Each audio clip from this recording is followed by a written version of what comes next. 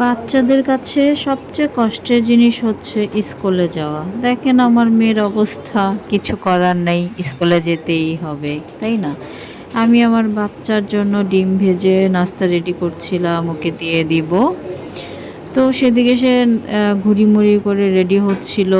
আমাদের কিন্তু আমাদের সময়ে এরকম কিন্তু অবহেলা লাগে নাই, হেলামি লাগে নাই। আপনাদের কি লেগেছে? আমার কখনো স্কুলে যেতে আলসেমি লাগে নাই, কখনোই না। আমি স্কুলে যেতাম খুশিতে খুশিতে। তারপর বাচ্চাকে দিয়ে দেখেন আমি চলে আসতেছিলাম। এদিকে আমি নিজেও কিছু দেখছিলাম, আপনাদেরকেও দেখানোর চেষ্টা করছিলাম। ডিটক্স তারপর ওয়াটার এবং বাসায় এক চলে টুকরো আসলাম, হলুদ। এক টুকরো হলুদ, চিয়া সিড, ডিটক্স ওয়াটার খেলাম। খেয়ে আমি ঘুমালাম কিছুক্ষণ। ঘুমানোর পরে বাচ্চাদের বিকেলের নাস্তার জন্য ছোলা রেডি করে যাচ্ছিলাম, যেন ওরা মুড়ি দিয়ে খেতে পারে।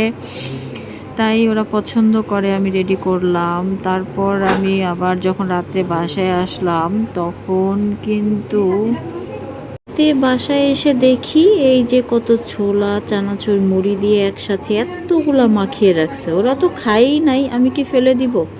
তো আমি বসে বসে খেলাম। তারপর দেখেন এই যে আমি একটু তরকারি রান্না করলাম পরের দিন সকালের জন্য। আমি আপনাদের কাছে ভিডিও দিব, কি ভিডিও দিব সে জিনিসটাই খুঁজে পাই না। ভিডিও করতে ইচ্ছা করে না, কারণ ভিউ নাই এই কারণে। তারপর হচ্ছে সাবস্ক্রাইব নাই। সব কিছু সেরে দেখেন আমি এই যে আপনাদের আগের রান্নার ভিডিওটা দেখালাম, আগের রাতের রান্না। আমি সেই যে নাস্তা টাস্তা রেডি করে অফিসে যাচ্ছিলাম, প্রচণ্ড গরম রোদ ছিল।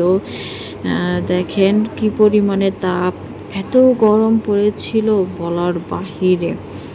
তো আপনাদের গরমের দিন ভালো লাগে নাকি রাতের দিন ভালো লাগে? অনেক গরমের মধ্যে যদি একটু বাতাস লাগে তাহলে কিন্তু ভালোই লাগে, তাই